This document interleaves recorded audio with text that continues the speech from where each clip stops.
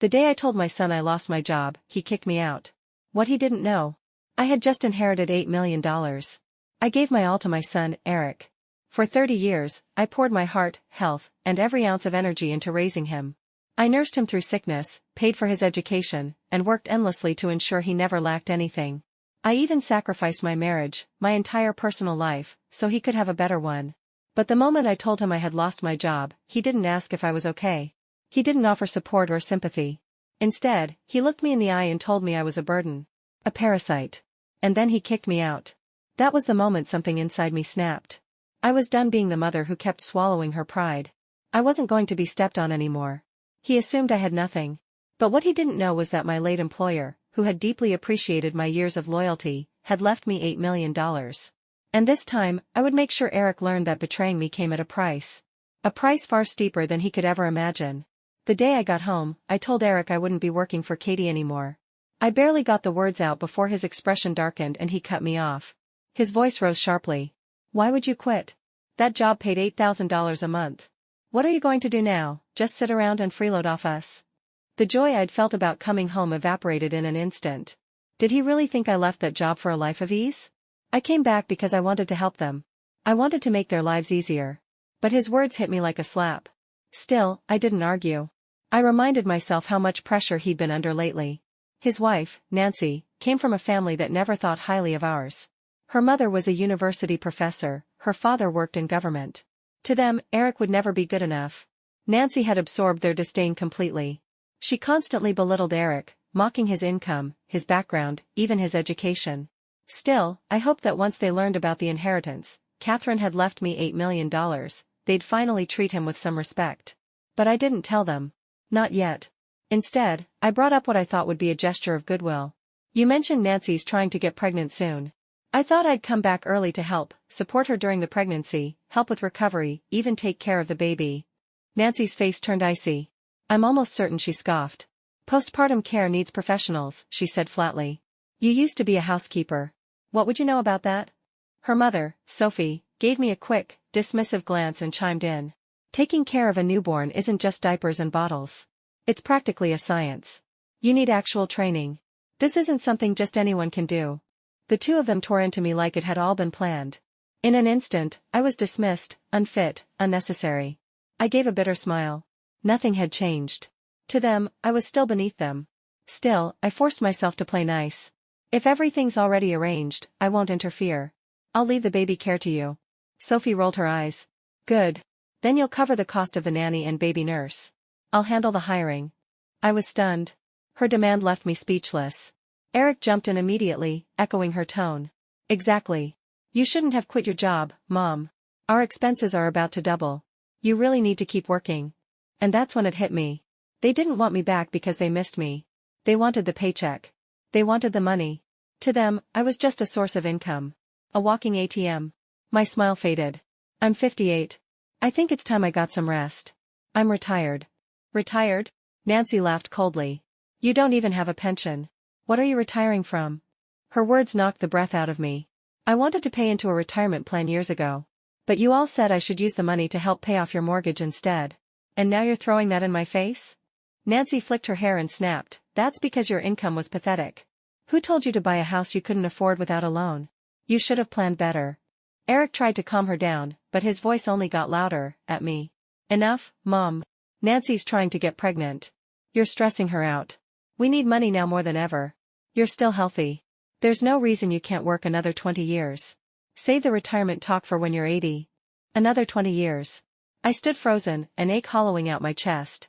After everything I'd done, every sleepless night, every sacrifice, I was still only a source of money to them. That was the moment I saw it for what it really was. All their past gratitude, their kind words, it had all been manipulation. Just enough sugar to keep me compliant. Back when Eric was in college, already dating Nancy, I had left my own city to take a live-in housekeeping job, just to save enough money to buy them a house. They didn't pay a cent. But the deed? It only had their names on it. Back then, when I gave them everything I had, they looked at me with tearful eyes and said, someday, when we're doing better, we'll take care of you. You'll finally live the life you deserve. Now I understand what they really meant. To them, the life I deserve is one of endless labor, until I collapse at 80. I swallowed my heartbreak, steadied my voice, and said calmly but firmly, I said I'm retiring. That decision is mine alone, and it's final. Sophie's expression shifted the moment she realized I wasn't bluffing. Afraid I might actually stop supporting them, she softened her tone instantly. Now, don't take it the wrong way. It's just, you need to be realistic. There's no extra room in this house. You weren't planning to stay here permanently, right? But, there is a compromise. I narrowed my eyes. The way her lips curled as she spoke made my stomach twist. I happen to know a wealthy family looking for a live-in assistant, she said sweetly. Room and board, good salary, easy work for someone with your experience. Nancy jumped in with a smirk. That's actually perfect. You'd be helping us too. Use the money you make to ease our household expenses. Everyone wins. Sophie nodded matter-of-factly. You're not someone who needs rest anyway. You're still in good shape. Going back to work wouldn't kill you. Don't reject it outright, just give it a try. If they like you, they might even keep you long-term. My face turned to stone. I'm not going back to scrubbing floors in someone else's house. That chapter is closed. The smile vanished from Sophie's face. Her eyes turned sharp, her voice dripping with false sweetness. Well, if you're really done working for others, that's fine too. She paused, then added in a mock-light tone, there's a senior facility nearby, decent food, decent housing. You could apply for a stay. Maybe help out in the kitchen, do some cleaning. It's a fair way to earn your keep. Nancy scoffed and rolled her eyes. Honestly, that makes way more sense. You can't just live in a hotel and expect us to pay. At least in assisted living, you'd be contributing. Stop acting like we owe you. Rage burned inside me, but I kept my composure. I turned to Eric. You really think it's acceptable to send your own mother to clean floors in a care facility, just to survive? He averted his gaze but kept his voice calm, playing the reasonable son. Mom, you've always said you wanted independence. Isn't this the most dignified way? You take care of yourself. We don't owe each other anything. Then he reached for his phone. There's actually an opening right now. I called earlier to check. You could move in today. He began dialing, right there in front of me. I could hardly breathe. The son I had raised with every last drop of love was now trying to shove me out the door, like some useless old burden. My hands trembled as tears streamed freely down my cheeks. Eric, I choked, I gave you everything. I emptied my savings to buy you this home. And now, you can't wait to throw me out like garbage. Is this what I mean to you? A flicker of guilt crossed his face, but it was gone in an instant, replaced by seething resentment. He kicked over my suitcase, sending it crashing. You think you suffered? He shouted. That was your choice. You're the one who divorced my dad and left us broke. You ruined everything. I could have had a rich life if it weren't for you. He stepped closer, eyes blazing. Let me tell you something, Mary. You owe me. For life. His words slammed into me like a brick. My chest ached with a pain I couldn't describe. He didn't know. He never knew. The only reason I left his father was for him. If I hadn't walked away from that marriage, Eric's father never would have claimed him. In fact, he might have been dumped into foster care, written off as an inconvenience. I made every sacrifice to keep him safe, to give him a future. And now, here he was, spitting in my face, blaming me for the very life I saved. I clutched my chest, trying to breathe through the storm inside me. The agony of 30 years of love and sacrifice felt like a cruel joke. Because the bitterest truth was this, Eric wasn't even my biological son. He was adopted. I first saw him at the city welfare center when I was volunteering. He was barely a year old, frail, lips tinged blue, so quiet it was terrifying. The director told me he'd been born with a serious congenital heart defect. His birth parents had abandoned him in a dumpster. Someone walking by heard faint cries and brought him to the orphanage. I don't know what drew me to him, maybe his helplessness, or the way his eyes clung to mine. Maybe it was because I'd lost my own mother so young. Whatever it was, I couldn't walk away. I went home and discussed it with my husband. After long talks and prayers, we decided to adopt him. We crossed state lines, visited countless doctors, chased specialists from hospital to hospital. We did everything to save his life. But 2 years in, my husband changed. He told me he was tired of raising another man's child. He wanted his own. He gave me a choice, send Eric back to the orphanage, or leave and raise him alone. I didn't even think twice. I walked away. Eric was still fragile, still sick. I knew going back to the system would kill him. So I worked, double shifts, night shifts, side gigs. I crafted handmade goods into the early hours just to scrape together money for his treatment. And by some miracle, we made it. He grew up, recovered, went to school, went to college. And I never told him the truth. Not because I wanted to lie, but because I didn't want him to feel unloved, or unwanted. He already carried enough insecurity. I didn't want to pile on the fact that his birth parents left him behind, and his adoptive father walked away. I wanted him to believe the world could still offer kindness. But I never imagined, never in my darkest fears, that he'd grow into someone so bitter, so cold, so ungrateful. And yet, deep down, I was relieved. Relieved I hadn't told them about the inheritance. They didn't know that the $8 million had already been transferred to me, legally, irrevocably. If they had, I can only imagine how vicious this would have gotten. I looked at Eric one last time, my voice ice. If this is who you truly are, then I'm done. From this moment on, we are strangers. I bent down, picked up my suitcase, and turned toward the door. But Sophie grabbed my arm in a panic. What do you mean? This is your son. You're responsible for his future. You can't just leave. Nancy jumped in, furious. Yeah, what kind of mother just walks away? You raised him. You don't get to abandon him now. I let out a bitter laugh.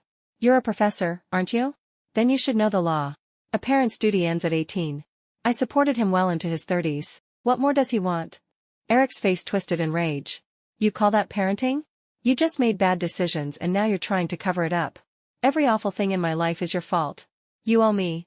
Then he screamed, did you ask me if I wanted to be born? I almost laughed. The madness in his voice was surreal. I looked at Eric like he was a complete stranger, someone I no longer knew. I must have been blind to raise someone like you, I said quietly. And if you've got such deep, twisted questions about life, maybe you should ask your birth mother, the one who left you in a dumpster. He froze, blinking in confusion. The words didn't seem to register, at least not fully. But the fury was still there, burning on his face. It didn't matter anymore. Whether he understood or not, it wasn't my concern. I shook Sophie's hand off my arm, turned, and walked out the door without a single glance back. Almost immediately, I heard their shouts behind me. You're disowning your own son? You're not even human. Don't get too proud, Mary. When you're old and sick and no one wants you, we'll see how far your independence takes you. No one hires women your age. When you hit rock bottom, don't come crawling back. I stopped in my tracks, turned around slowly, and looked at them with ice-cold calm. You should be more worried about yourselves, I said flatly. The house you live in, the one you act like you're entitled to?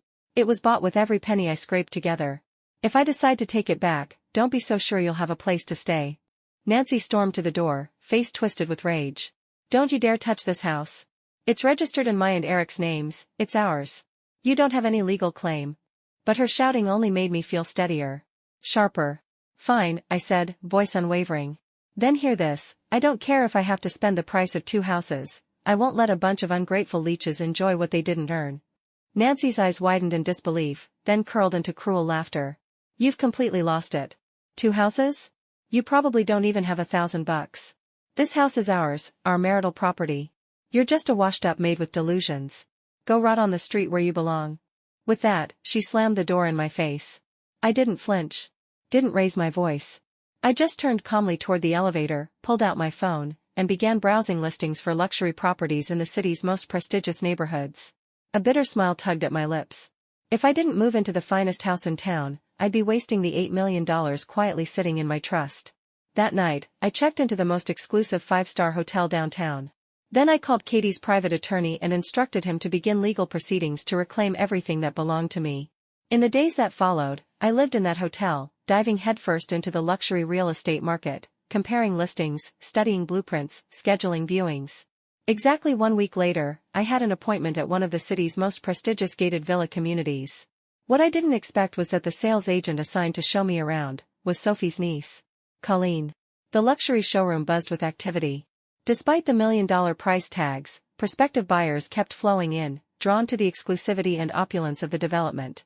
As I stepped into the grand lobby, a bright-eyed young woman greeted me with a polite smile. Good afternoon, ma'am. Would you like a guided tour? Yes, please, I said, smiling. Could you start with the model homes? I followed her toward the display area, but we hadn't gone far when a sharp, familiar voice cut through the air. Who's handling screenings today? We're just letting anyone walk in now. I turned my head. There she was, Colleen.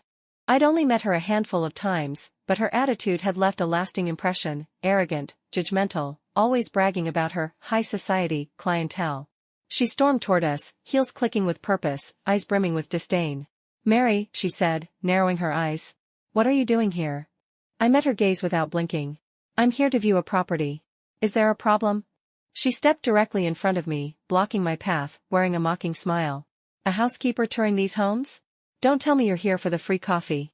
I've seen your type, pretending to be buyers, hoping to score some complimentary snacks.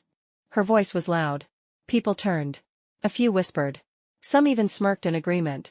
The assistant beside me shifted nervously. Colleen, I'm free. I can show her around. Colleen shoved her aside. And who asked you? Don't lecture me on my job. The poor girl stepped back, clearly rattled.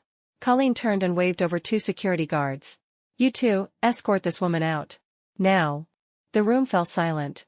Every eye in the lobby locked onto us. I calmly raised my hand, stopping the guards in their tracks. I'm here to view a property. What exactly are you ejecting me for? Where's your manager? I'd like to speak to someone in charge.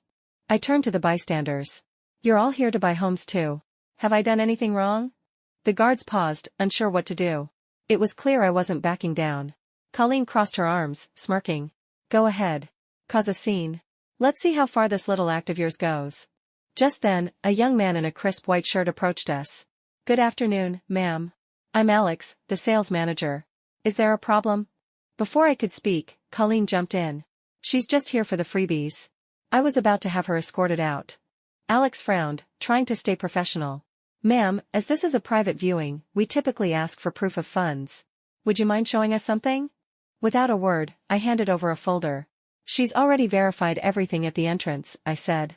Colleen snatched it from his hands and flipped it open, loudly. $5 million? Are you kidding me? She shrieked. She's a maid. I know her background. This must be fake. We can't let her fool us. Alex looked unsure, clearly caught in the middle. I didn't argue. I simply pulled out my phone, opened my banking app, and held it up.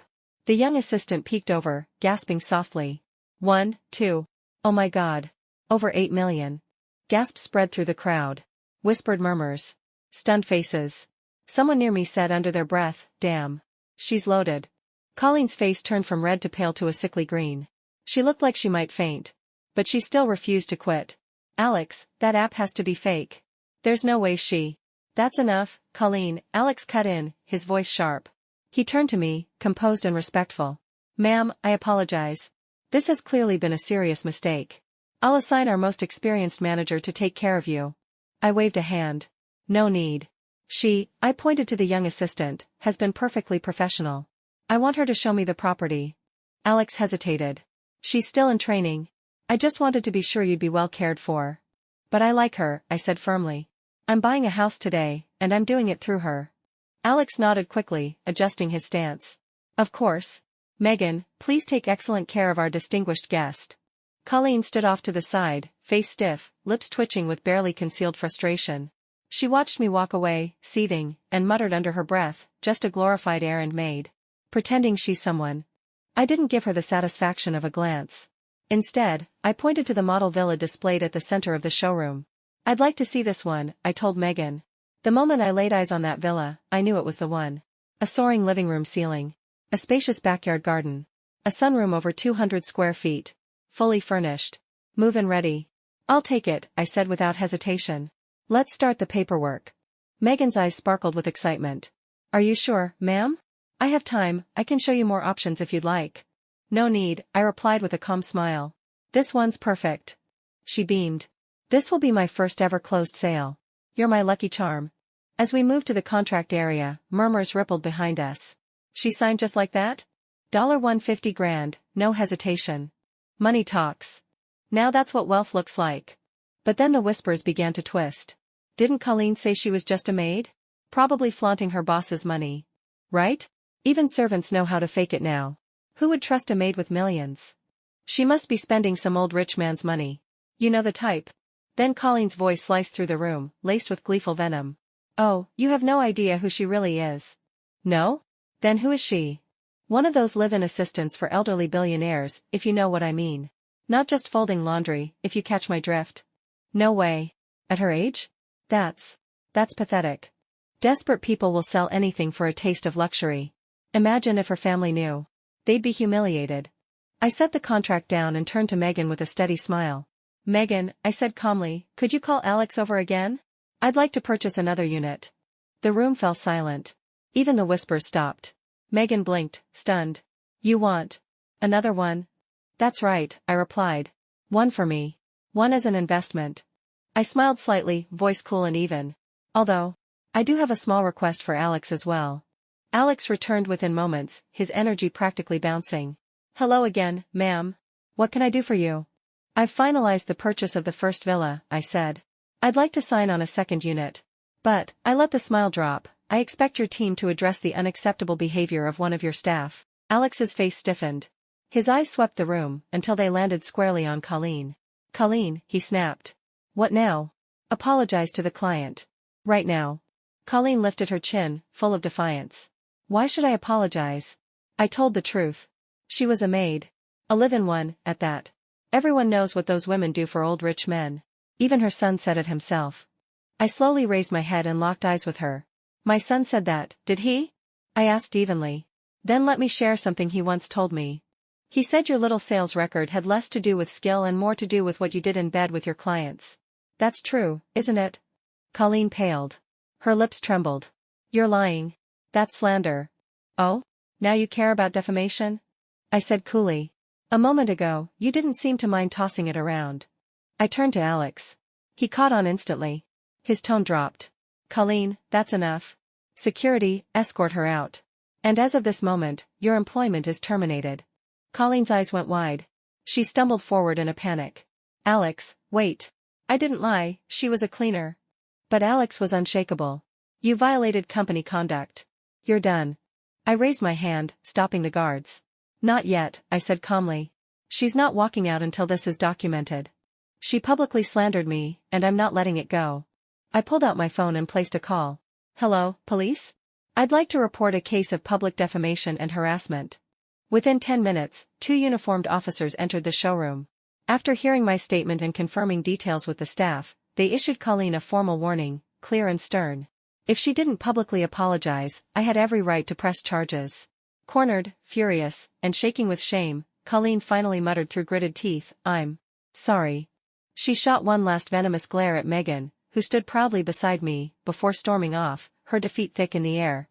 I completed both contracts and paid in full, without so much as blinking.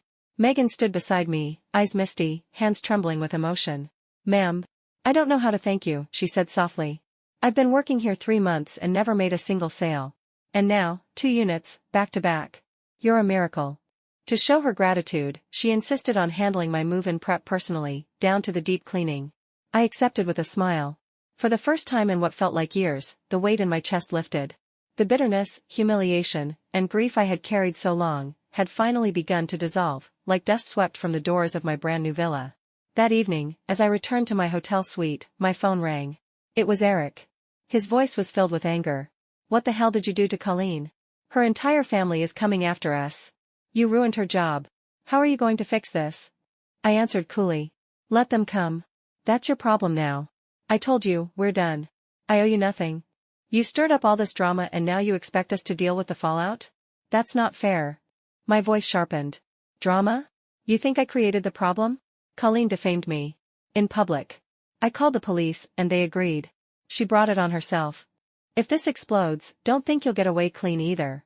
Eric's voice faltered. Then, softer, okay. Let's just forget it. And then came that shift in tone, the one I knew all too well. The calculating softness of a man sniffing out opportunity. So, Mom. Who's your new employer, really? They must be loaded. Treating you this well. I mean, clearly, they're generous, right? I almost laughed. There it was again. The scent of money, he could never resist it. It doesn't matter who they are, I said. It has nothing to do with you, Eric. Let me say it one more time, we're done. For good. I ended the call. And then I blocked every number, his, Nancy's, and anyone else in their miserable orbit. But what I didn't expect. Just a few days after moving into my new home, as I was visiting a high-end piano showroom downtown, searching for a grand piano to place in the sunroom of my villa, I saw someone I hadn't planned to see again. Sophie. I had just settled at the keys, ready to test the tone, when the entrance doors swung open. The click of heels. The sharp rhythm of a woman used to making an entrance. Sophie swept into the piano showroom, flanked by her usual entourage of high society acquaintances. Their voices rang out, shrill, self-important, echoing across the polished floors. What kind of store is this? Sophie scoffed. Letting just anyone pound away on a piano? Completely unprofessional. Her eyes landed on me, and her lips curled into a mocking smile. Mary, she said loudly, did you even wash your hands before touching that instrument? Weren't you working in healthcare or cleaning? God knows what germs are crawling all over your fingers. And to think, a piano that expensive, contaminated by just anyone. Laughter bubbled among her circle. Whispers turned into open ridicule. That's the housekeeper-in-law you were talking about, one woman asked loudly, not even pretending to be discreet. She can't afford one, so she shows up to pretend? How humiliating. Another woman, hair piled into an exaggerated bun and sunglasses still on indoors, sneered. Nothing worse than someone trying to act classy while toting a knockoff bag. Embarrassing. The sales associates exchanged a quick glance, visibly uneasy. One of them approached me gently, professionalism in her smile. Please, ma'am, feel free to continue playing. These pianos are here to be enjoyed, no obligation to buy. I gave her a polite nod, then turned back to the sheet music and prepared to play, doing my best to ignore the tension simmering behind me. The other associate, sensing the disruption, approached Sophie's group. Welcome, ladies. Is there a particular model you'd like to explore? I'd be happy to show you around. Sophie cut a glance at me, then turned sharply back to him. We were going to browse, she said icily, but I'm not so sure anymore. Clearly, this store doesn't value its instruments, or its clientele. I looked up calmly and addressed the associate beside me. I'll need a few more minutes to try out the sound, I said clearly. I fully intend to purchase one today. The woman in the bun huffed and dropped herself onto a nearby sofa. Sure you do. I'll sit right here and watch you squirm when it's time to pay. This should be fun. Sophie tugged her friend's sleeve. Come on. Just being near people like that puts me in a bad mood. But I knew what this was. Sophie had already heard, through the grapevine, through Chloe, maybe even Colleen, that I'd bought 2 villas. She was here to confirm it for herself, unsure whether to believe it, and desperate to see me fall short. But her friend was too invested in the performance to leave. I'm staying, she said, arms crossed smugly. I won't sleep unless I watch this faker crash and burn. The rest of the group followed her lead. They all stayed, waiting for a spectacle. I sat straighter, took a breath, and placed my fingers on the keys. I played one of my favorite pieces, Moonlight Sonata.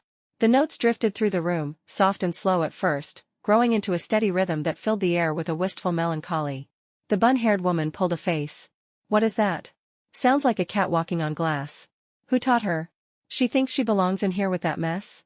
Before I could react, the sales associate beside me clapped lightly, his admiration genuine. Ma'am, that was beautiful. Truly. One of the most heartfelt versions of Moonlight Sonata I've heard in a long time. The woman rolled her eyes so hard she nearly tipped over. Oh, please. If she was that talented, she wouldn't be stuck in whatever dead-end life she's been living. That flattery's a bit much, sweetheart. Just then, a group of young people stepped into the showroom. They said nothing, just stood silently behind me, listening. When the final note faded and I lifted my hands from the keys, spontaneous applause erupted from behind. That was incredible. I've studied piano for years and still can't play like that. You captured the dreamlike mood of the piece so perfectly. That was art. Sophie stood in stunned silence, her brow tight, eyes narrowed. She couldn't seem to reconcile the woman she used to mock with the one now earning praise from strangers. What she didn't know was that I owed this moment, this calm, this grace, to someone very dear. My late employer. A woman of culture, kindness, and quiet strength. She treated me not as a servant but like a younger sister. In her presence, I learned music, literature, art, things I had never imagined I'd one day carry in my heart. She opened a door not just to a better life, but to a richer spirit. And I stepped through. As the last echoes of the piano faded, the bun-haired woman, clearly rattled by the attention, snapped suddenly. So what if you can play one song? Big deal. If you're so special, buy the piano right now. Without a word, I handed my card to the associate. Thank you, ma'am, he said with a smile. That'll be $155,000. I entered my PIN. Transaction approved. May I have your name for the invoice? He asked. I smiled and wrote it down, Mary Turner. The bun-haired woman blanched, her eyes darting to Sophie. You said she worked for someone else. That the villas weren't even hers. Sophie's face twisted. She stepped closer, uncertainty cracking through her facade. You bought this piano yourself? And those villas? They were yours? I met her gaze squarely. The contracts and receipts bear my name. If they're not mine, then tell me, whose are they? Yours. A storm passed across her face, shock, envy, disbelief, and something far colder, regret. But, you were just a housekeeper. Where did the money come from? Every dollar I've spent was earned legally, honestly, and rightfully, I said.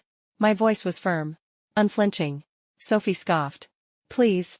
You must have done something shady. There's no way. The bun-haired woman chimed in eagerly. Yeah, probably some kind of scam. That's how people get rich overnight now, right? The moment she said it, another woman, one who had stayed quiet the entire time, snapped upright. What scammer? Don't throw that word around. Her hands shook as she fumbled for her phone. Hello? 911? Yes, I need the police. There's a con artist here.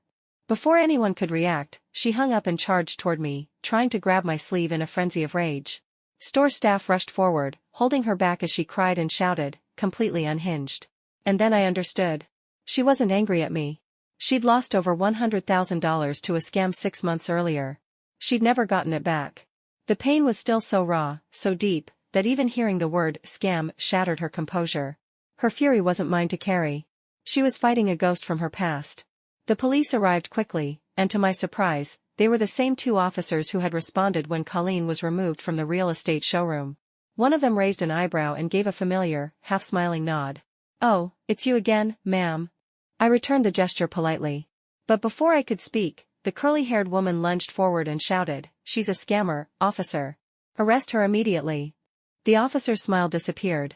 His tone shifted to serious. Ma'am, do you have any evidence to support that accusation? Evidence, she barked. No, but I'm giving you a tip. Just look into her. I mean, really, how could a housemaid afford villas in Grand Pios? That doesn't add up. The officer gave a tired sigh and spread his hands. Maybe she won the lottery. It happens. That's when Sophie jumped in, her voice edged with disdain. She won the lottery? That's rich. Mary hasn't had a lucky day in her life. No family, no husband, barely a job. People like her don't get lucky, they get desperate. She has no education, no background, no prospects. What else could she possibly have done besides shady things? The officer's expressions darkened. Ma'am, I suggest you choose your words carefully. Baseless accusations are considered slander, and we're fully authorized to file a report if necessary. Sophie's face went pale. Her mouth clamped shut. A storm surged inside me. Years of bitterness, pain, betrayal, twisting together. But above it all, one thing rose clearly to the surface, clarity. All my life, I had struggled. I raised a child who never once thanked me.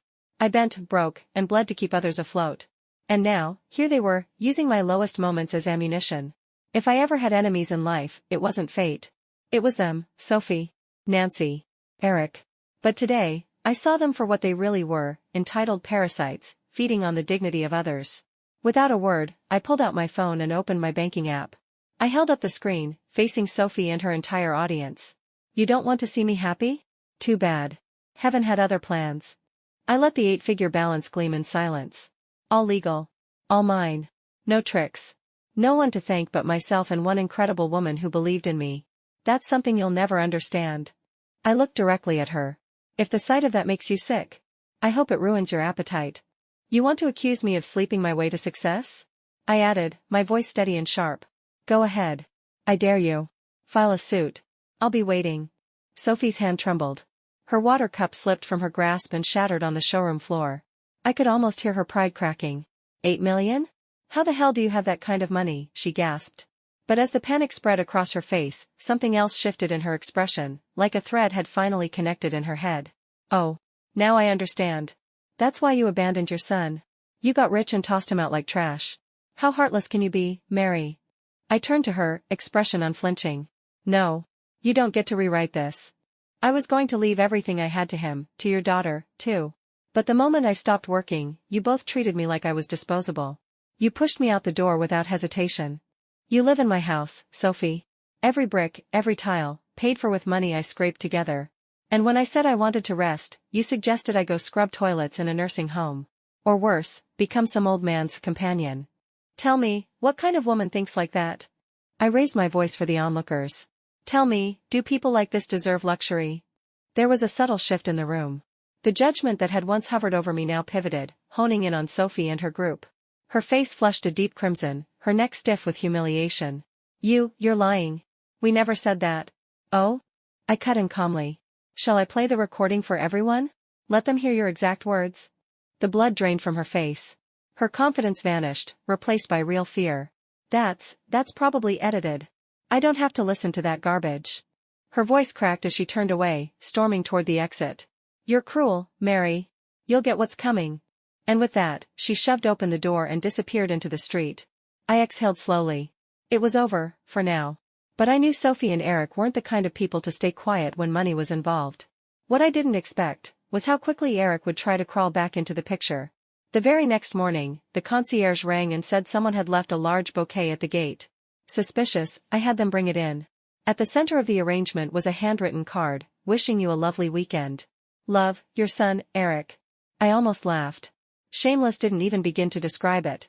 Without a word, I picked up the bouquet and tossed the entire thing into the kitchen trash can. Then I snapped a photo of the crushed petals and bent stems and sent it to the gatehouse with a message: from now on, refuse anything sent by this person. Also, kindly forward him this image. I don't want him rejected quietly, I want him humiliated. After that, no more flowers came. But Eric didn't give up. He escalated. He began waiting outside the gated community, every single day. Rain or shine, workday or weekend, he was there. Every time I came or went, he put on another show, waving, crying, begging. One day, he even dropped to his knees in the street, sobbing hysterically. Mom, please.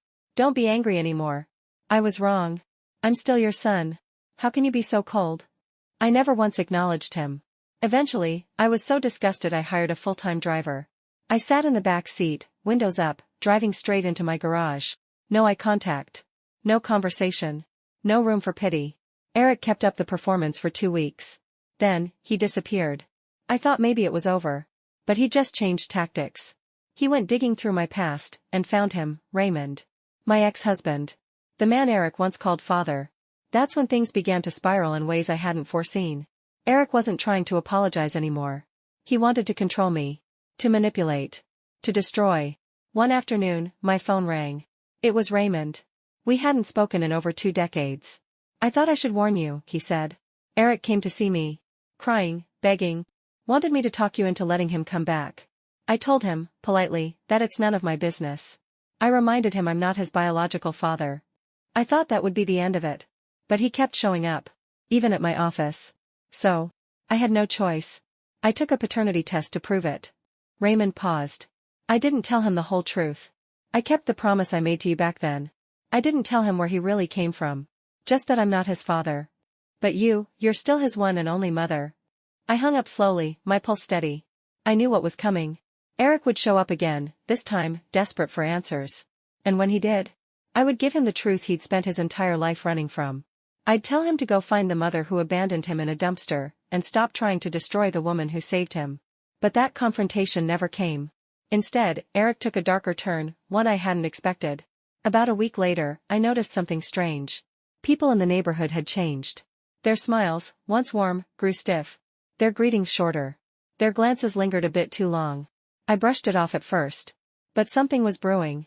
And I had no idea just how far Eric was willing to go. It wasn't until Megan called me one afternoon that I realized just how far things had gone. Mary, she said gently, I just wanted to check in. I know you're a good person. Please don't let what people are saying get to you. I paused, confused. What are people saying? That's when I found out. I had gone viral, but not in a good way. Eric had launched a live stream series on a major social platform. His channel name? How My Mother Abandoned Me. I clicked in, and finally saw what he'd been up to. He didn't accuse me of anything outrageous or scandalous. No. What he did was worse, subtler, more manipulative. He wrapped himself in a carefully crafted narrative, portraying himself as the heartbroken, abandoned son, and painting me as the cold, greedy, heartless mother. In his streams, he said things like, my mom never really loved me.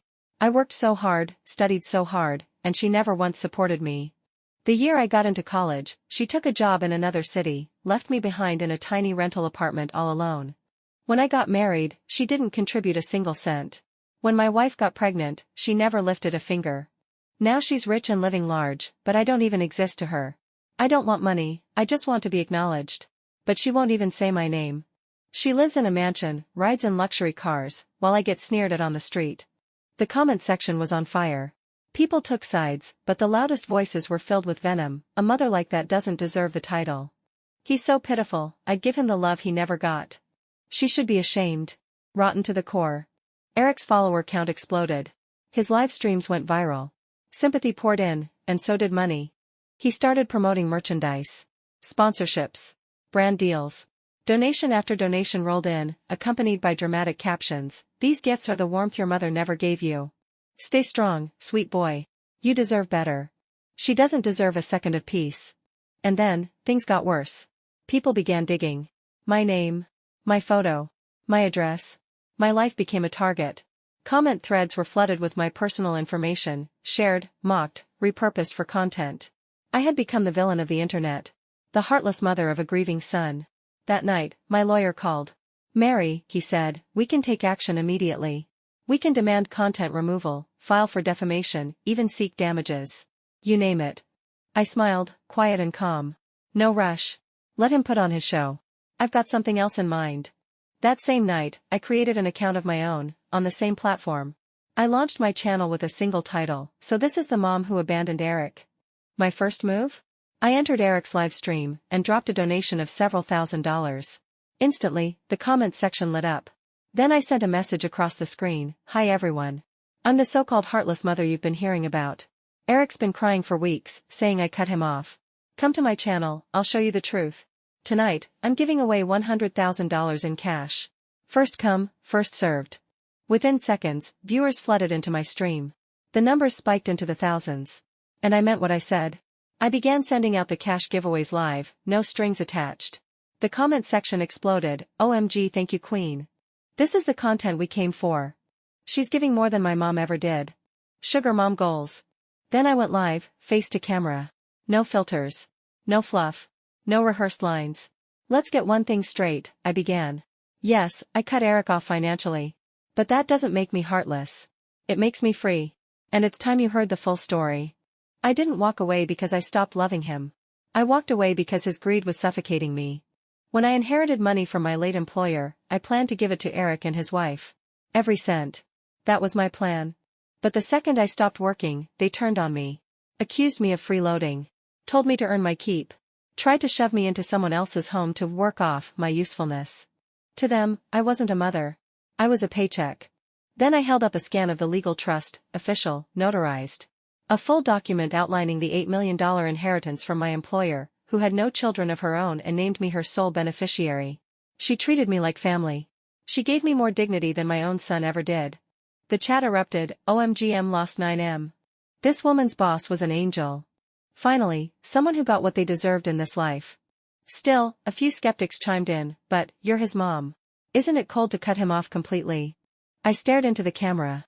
Let me ask you something, is a mother supposed to be an ATM for life? I raised him since he was 1. Paid for his school. Bought him a home. And in return? He kicked me out. Called me useless.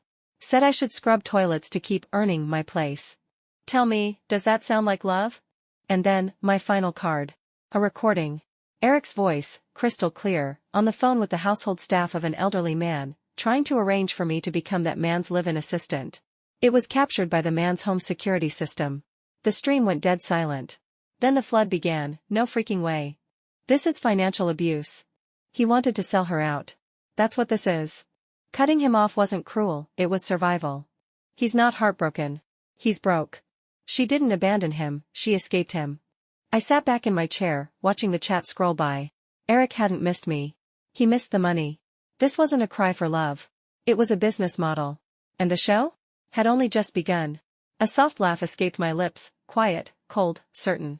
I leaned toward the camera and spoke directly to the viewers. The truth is, there was never any need to cut ties with Eric. The comment feed instantly flooded with question marks. I continued, calm and steady, because Eric was never my biological son. I adopted him when I was volunteering at a local orphanage. He was just a year old, frail, silent, born with a severe congenital heart defect, and abandoned by his birth parents in a dumpster. He was barely clinging to life when I found him. I brought him home out of compassion. I spent every penny I had to save him. As for my divorce? It had nothing to do with infidelity. My husband wanted a biological child. He refused to continue raising Eric. I was given a choice, send Eric back to the orphanage, or leave my marriage and raise him alone. I chose Eric. I gave up my marriage. I gave up the chance to have children of my own. All to give him a chance at life. I waited tables, scrubbed floors, worked overnight shifts, whatever it took. I nursed him back to health. I put him through college. I even bought him a home. And what did I get in return? He refused to let me live in the house I paid for. He kicked me out like I was nothing. And now? He's slandering me online. Accusing me of abandoning him. Spreading rumors that I slept my way to fortune. I looked straight into the lens. Tell me, how should a person respond to that? As I spoke, I uploaded images. Hospital records. Medical invoices. Tuition receipts. Bus transfers. Rental slips. All the small scraps of a life spent giving, documented, time-stamped, undeniable. The comments exploded. This is disgusting. She saved his life. He used her like a sponge, and tossed her away. Living in the house she bought and still kicked her out? Unbelievable. God gave him life. She gave him everything else. And he destroyed her. Soon after, viewers swarmed back into Eric's channel. His comment section caught fire. You're a liar. You used her, then played the victim. You don't deserve sympathy. You deserve consequences. Eric appeared on camera, visibly pale. His voice trembled as he yelled, why are you all believing her? She's lying. If I wasn't really her son, why did she do all that for me? She's manipulating you. No one goes that far for a child that isn't theirs. Back on my channel, people demanded proof. I didn't hesitate. I uploaded a scanned copy of the official government adoption certificate. Here it is. Verified. Legal. Public. The flood of responses was instant. That's it. End of story. She's telling the truth. This isn't just betrayal, it's pure moral bankruptcy. He used her love, her money, her life, and still tried to destroy her. Report him. Cancel him. He doesn't deserve a platform. And just when I thought it couldn't get worse, Eric doubled down. So what if I wasn't her real kid? He screamed. She didn't have to save me. I never asked her to. If she hadn't taken me in, maybe I would have been adopted by a real family. She ruined my life. She never should have interfered with my fate. That was the final blow. The internet exploded. He's mad she saved him. That's the most revolting thing I've ever heard. Let the whole world see what a monster he is. Report. Report. Report. By nightfall, public opinion had turned completely. Eric was no longer the abandoned victim. He was the ungrateful parasite. His streaming account was permanently suspended by the platform. My lawyer filed a formal defamation and harassment lawsuit. We demanded financial compensation and filed for a court injunction prohibiting Eric from making any further public attacks against me. Eventually, the court ruled in my favor. He was found guilty of violating cyber laws and defamation statutes. He was ordered to pay damages and all legal fees. His accounts were banned. His online presence erased. As for me? I was finally free. No more shadows. No more silence. No more ties. 6 months later, I reclaimed the house I had bought, the very one that once exiled me. Through careful legal proceedings, my attorneys reversed the property transfer. I stood alone in the sunlit living room, watching golden light pool across the hardwood floor. For the first time in decades, I felt like I could truly breathe. A few days later, Sophie's daughter, Eric's wife, filed for divorce. She signed the papers with icy composure, sitting in her lawyer's office without a word. She'd seen him clearly now, a man who whined, deflected blame, and twisted love into obligation. A man who wore resentment like a badge. And just like that, Eric vanished from my life. I didn't ask where he went. I didn't care. Years passed. One afternoon, while sipping coffee with an old friend at a quiet cafe, she mentioned casually, I heard Eric ran off to Canada. Always online, bragging about how free and easy life is over there. Out of curiosity, I searched his name. What I found stopped me cold. Grainy footage. A disheveled man hunched by a trash bin, gnawing on moldy bread. His eyes were vacant. His laughter, empty. He'd occasionally burst into loud, guttural sobs that shook his entire body. He'd lost his mind. The same man who once sat in front of a camera painting me as the villain, selling pain for profit, had become what he truly was, a shadow on the margins of life. But I didn't feel anger. I didn't feel satisfaction, either. He had simply become the sum of his own choices. No number of followers could save him. No lie could hold up forever. He lost the sympathy he borrowed. He burned every bridge he ever crossed. And eventually, as life always does, it caught up. As for me? That war was over. The 2 villas I bought during that chaotic chapter? I sold them at the peak of the housing market and walked away with a clean profit. What once symbolized pain and defiance became the seed of my next chapter. I moved to a quiet lakeside town just outside the city. Not the fanciest place. Not the most extravagant. But it was mine. Sunlight bathed the windows. My garden bloomed with wisteria and roses. The scent of dark roast coffee drifted through the kitchen every morning. My easel stood under the trees, waiting for quiet afternoons of watercolor. The air was fresh. The silence, healing. No one called me Mom just to make a demand. No one questioned my worth. No one accused me of not doing enough. For the first time, I could hear my own breath. In the music. In the wind. In the stillness. For the first time, I finally belonged to myself. People sometimes ask me, do you regret adopting Eric? I used to wrestle with that question. Now, I just smile. No, I say. I don't regret it. I only regret not learning sooner, that kindness should never come at the cost of self-destruction. The greatest lesson I learned in the second half of my life? How to protect myself. I was never perfect. Never a saint. But I became something better, a woman who finally lived for herself. And it turned out. That wasn't too late at all. For years, I gave and gave until there was nothing left. But now, in the quiet of my own home, with the sun on my face and no one demanding more, I've finally found peace. I'm no longer just someone's mother. I'm finally, me.